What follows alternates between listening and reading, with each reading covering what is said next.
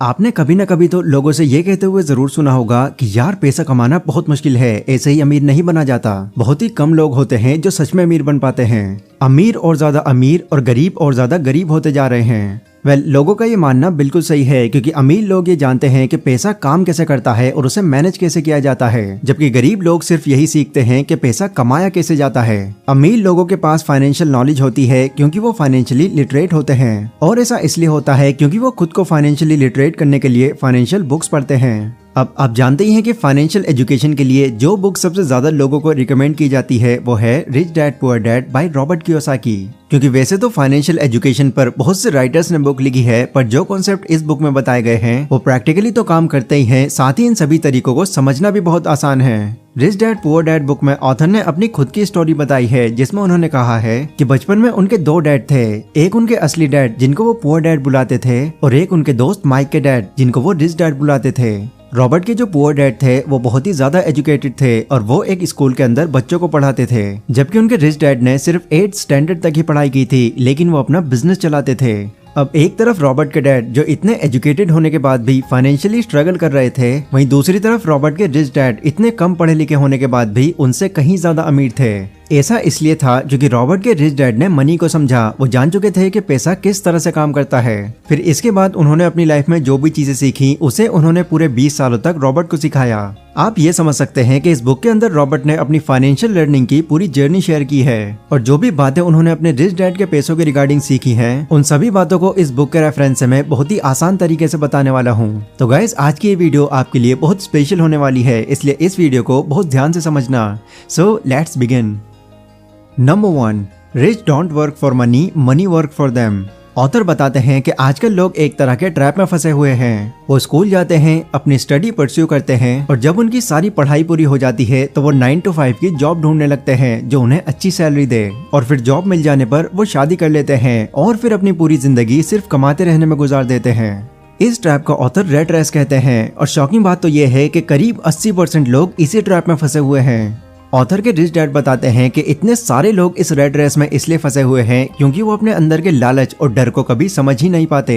जो लोग गरीब माइंडसेट रखते हैं उन्हें ये लगता है कि अगर हमको बहुत सारे पैसे कमाने हैं या फिर रिच बनना है तो हमको हाई सैलरी वाली जॉब करनी होगी, जबकि जॉब सिर्फ लॉन्ग टर्म प्रॉब्लम का एक शॉर्ट टर्म सोल्यूशन है। क्योंकि जॉब करने से आपकी इनकम तो बढ़ जाती है, पर साथ ही साथ आपके खर्चे भी बढ़ जाते हैं। उनके रिच डैड ये भी कहते हैं कि जिनकी गरीब मेंटालिटी होती है वो पैसों के पीछे बिल्कुल वैसे भागते हैं जैसे गधा एक बंधी हुई गाजर के पीछे भागता है, और जिस तरह गाजर दिखाकर उस गधे का मालिक उससे काम करवाकर अपने पैसे कमाता है, वैसे ही 9 to 5 की जॉब में एक बॉस अपने एम्प्लॉय से काम करवाकर अपना प्रॉफिट बनाता है। और जैसे गाजर के पीछे भागने से गधे को कुछ नहीं मिलता, वैसे ही पैसे के पीछे भागने से ये लोग भी अमीर नहीं बन पाते। इसलिए जो लोग कामयाब होते हैं वो ज्यादा टाइम तक सिर्फ पैसों के लिए काम नहीं करते रहते, बल्कि वो एक ऐसा सिस्टम तैयार करते हैं जिससे उनका पैसा उनके लिए काम करता है और उन्हें पैसे कमा कर देता है। Number 2, it's not how much money you make, it's how much money you keep. कई सेलिब्रिटीज और स्पोर्ट्समैन की नेटवर्थ देखकर हम बहुत ज्यादा इंस्पायर हो जाते हैं और सोचते हैं कि यार एक दिन ऐसा भी आएगा जब हम भी उन्हीं की तरह पैसे कमाएंगे। पर क्या आप ये बात जानते हैं कि बहुत से सेलिब्रिटीज ऐसे भी होते हैं जो बहुत ज्यादा पैसा कमाने के बाद भी अमीर नहीं बन पाते। ऐसा इसलिए होता है क्योंकि उन्हें पैसा कमाना तो आता है, बट अपने इस पैसे को अपने पास कैसे रखते हैं या फिर यूं कहें कि उसे मैनेज कैसे करते हैं वो ये नहीं जानते। और उन लोगों को ये भी पता नहीं होता कि एसेट्स क्या होते हैं और लायबिलिटीज क्या होती हैं, और इसी कंफ्यूजन की वजह से वो अपने सारे पैसे खो देते हैं। ऑथर के रिच डैड इसकी एक बहुत ही सिंपल डेफिनेशन देते हैं और बताते हैं, एसेट्स वो चीज होती हैं जो आपकी पॉकेट में पैसे डालती हैं, बट लायबिलिटीज वो चीज होती हैं जो आपकी पॉकेट से पैसे निकाल लेती हैं। कई लोग क्या गलती करते हैं, वो लायबिलिटीज को एसेट समझकर खरीद लेते हैं, जिससे वो चीज उनको पैसे देने की जगह उनका खर्चा और बढ़ा देती है। एग्जाम्पल, ऑथर कहते हैं कि कई लोग एक घर को अपना एसेट समझते हैं, जबकि असल में वो एक लायबिलिटी होती है, क्योंकि वो अपने घर में खुद रहते हैं जिससे उनकी कोई कमाई नहीं होती। साथ ही एक घर बनाने के लिए जो लोन वो लेते हैं उन्हें उनकी EMIs लगभग लाइफ टाइम तक भरनी पड़ती है। नाउ इस तरह की कंडीशंस में आकर आप जो भी पैसे कमाते हैं फिर आपके पास वो पैसे बचते ही नहीं। इसलिए अमीर बनने के लिए जो सबसे जरूरी चीज ऑथर बताते हैं वो है एसेट्स और लायबिलिटीज के डिफरेंस को डीपली समझना और जितने हो सके एसेट्स क्रिएट करना। गाइस, थर्ड पॉइंट पर जाने से पहले मैं आपको बताना चाहूंगा कि इस बुक को और आसान तरीके से समराइज कर पाने में मुझे हेल्प मिली है कुकू FM एप्लीकेशन से।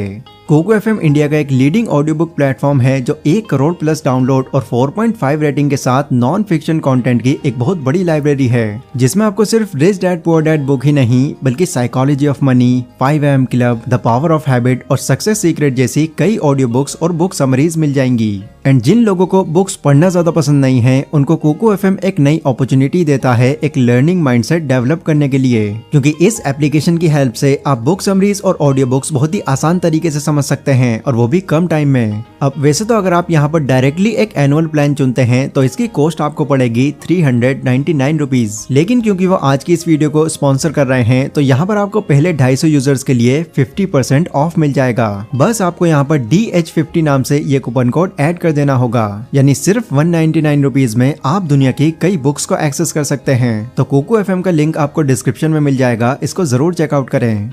Number 3, get in your business along with your job.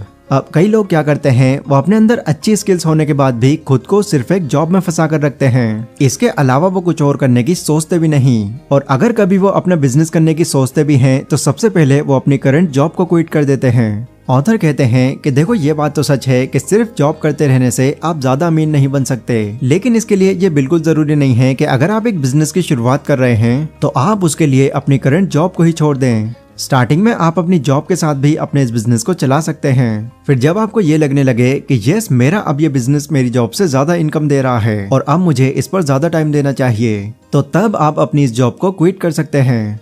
Robert के रिच डैड उनको बताते हैं कि देखो, जो लोग अमीर होते हैं वो अपना फोकस सिर्फ एक काम पर ही नहीं रखते, बल्कि वो अपने इनकम सोर्स को मल्टीप्लाई करते रहते हैं। एक बार मैकडॉनल्ड के ऑनर रे क्रूक ने यूनिवर्सिटी ऑफ टेक्सास में कुछ स्टूडेंट से पूछा कि बच्चों बताओ, मैं कौन सा बिजनेस करता हूँ। तो सभी स्टूडेंट्स ने हंसकर जवाब दिया, अरे सर, ये कैसा सवाल हुआ, ऑब्वियसली आप बर्गर का बिजनेस करते हैं। स्टूडेंट्स का जवाब सुनकर रे बोले, गलत, मेरा असली बिजनेस बर्गर नहीं बल्कि रियल एस्टेट है, क्योंकि मैंने मैकडॉनल्ड की फ्रेंचाइजी को पूरी दुनिया में फैलाया हुआ है और जो लोग मेरी फ्रेंचाइजी खरीदते हैं उन्हें जमीन भी खरीदनी पड़ती है, और फिर इसी तरह मुझे बर्गर बिजनेस से तो पैसा मिलता ही है, लेकिन उससे ज्यादा कमाई मैं अपने रियल एस्टेट बिजनेस से करता हूँ। रॉबर्ट कहते हैं कि स्टॉक, बॉन्ड्स, इंटेलेक्चुअल प्रॉपर्टी पैसे कमाने के लिए एक बहुत ही अच्छा बिजनेस साबित हो सकता है, क्योंकि एक तो यहाँ से पैसे अच्छे मिलते हैं और साथ ही यहाँ पर आपकी इन्वॉल्वमेंट की ज्यादा जरूरत नहीं होती। पर एक बात जो आपको हमेशा याद रखनी है वो है, आपको वो बिजनेस करना चाहिए जो आपकी पसंद का हो, क्योंकि अगर आपका एसेट या फिर आपका बिजनेस आपकी पसंद का नहीं होगा तो आप उसका ख्याल भी नहीं रखेंगे। Number 4, taxes are for poor and middle class people. हम सभी लोग ये अच्छी तरह से जानते हैं कि टैक्स देना किसी को पसंद नहीं, बट गवर्नमेंट के रूल्स की वजह से हर कोई टैक्स देता है। वैसे मैं आपको बता दूं कि टैक्स की हिस्ट्री बहुत पुरानी है। टैक्स का कॉन्सेप्ट इसलिए लाया गया था ताकि लोगों के बीच में अमीरी और गरीबी का फर्क मिटाया जा सके। पहले के टाइम में गवर्नमेंट सिर्फ अमीर लोगों से टैक्स लेती थी और उस टैक्स का इस्तेमाल वो गरीबों की हेल्थ और मेडिकल केयर में करते थे ताकि इकोनॉमी के अंदर इक्वलिटी बनी रहे। लेकिन जैसे जैसे वक्त बीतता गया, टैक्स का कॉन्सेप्ट भी बदलता गया और फिर आगे चलकर अमीर लोगों की तरह ही पुअर और गरीब लोगों पर भी टैक्स लगाया जाने लगा। और अब हालात ऐसे हो चुके हैं कि गवर्नमेंट को पूरा टैक्स सिर्फ मिडिल और गरीब लोग ही देते हैं, क्योंकि अपनी फाइनेंशियल नॉलेज की वजह से अमीर लोग टैक्स देने से अपने आप को बचा लेते हैं। Number 5, rich invent money.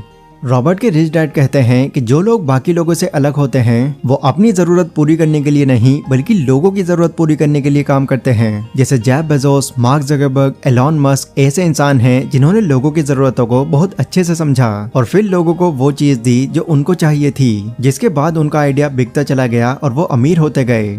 देखो, आइडियाज सभी के माइंड में होते हैं और कई बार तो ऐसे आइडियाज भी होते हैं जो अब तक इन्वेंट भी नहीं हुए होते, पर लैक ऑफ करेज और सेल्फ डाउट की वजह से लोग कभी भी अपने उस आइडिया को दूसरों के सामने पेश नहीं कर पाते। इसलिए सबसे जरूरी बात जो ऑथर कहते हैं कि अमीर बनने के लिए आपको जो चीज अपने अंदर लानी ही है वो है करेज, क्योंकि यही आपको बोल्ड और रिस्की स्टेप्स लेने में आपकी पूरी हेल्प करेगा। Number 6, rich learns all the time and know how to sell their ideas. Robert ने जब अपनी पहली book if you want to be rich and happy don't go to school publish करवाने के लिए दी, तब पब्लिशर ने उनसे कहा कि आपको अपनी इस बुक का टाइटल बदलकर द इकोनॉमिक्स ऑफ एजुकेशन रखना चाहिए। पर उनके सजेशन पर उन्होंने अपना टाइटल चेंज नहीं किया, क्योंकि उनको ये बात पता थी कि ये जो टाइटल है ये कंट्रोवर्शियल है और यही मुझे टीवी और रेडियो पर पॉपुलैरिटी दिलाएगा। और गाइस, बाद में ऐसा हुआ भी। रॉबर्ट की वो बुक बहुत सेल हुई और उन्होंने भी बहुत पैसे कमाए। इसलिए रॉबर्ट कहते हैं कि देखो, आइडियाज होना ही काफी नहीं है, आपको लोगों को अपने आइडियाज को बेचना भी आना चाहिए, क्योंकि अच्छे आइडियाज और स्किल्स तो बहुत लोगों में होते हैं, पर बहुत ही कम लोग ऐसे होते हैं जिन्हें अपने आइडियाज को दूसरों को बेचना आता है। इसलिए अगर आप भी अमीर बनना चाहते हैं तो सबसे पहले ये सीखिए कि जो भी हुनर आपके अंदर है, आप उसकी मार्केटिंग कैसे कर सकते हैं, मतलब कि आप उसे बेच कैसे सकते हैं। अगर आपको अपनी चीज लोगों को बेचनी आ गई तो आप जरूर अमीर बनेंगे। तो ये थे गाइस वो 6 रूल्स जो रॉबर्ट के रिच डैड ने उन्हें सिखाए, जिन्हें यूज करके रॉबर्ट आगे चलकर इतने अमीर बने, और रॉबर्ट की तरह ही कोई भी इन रूल्स का यूज करके अमीर बन सकता है।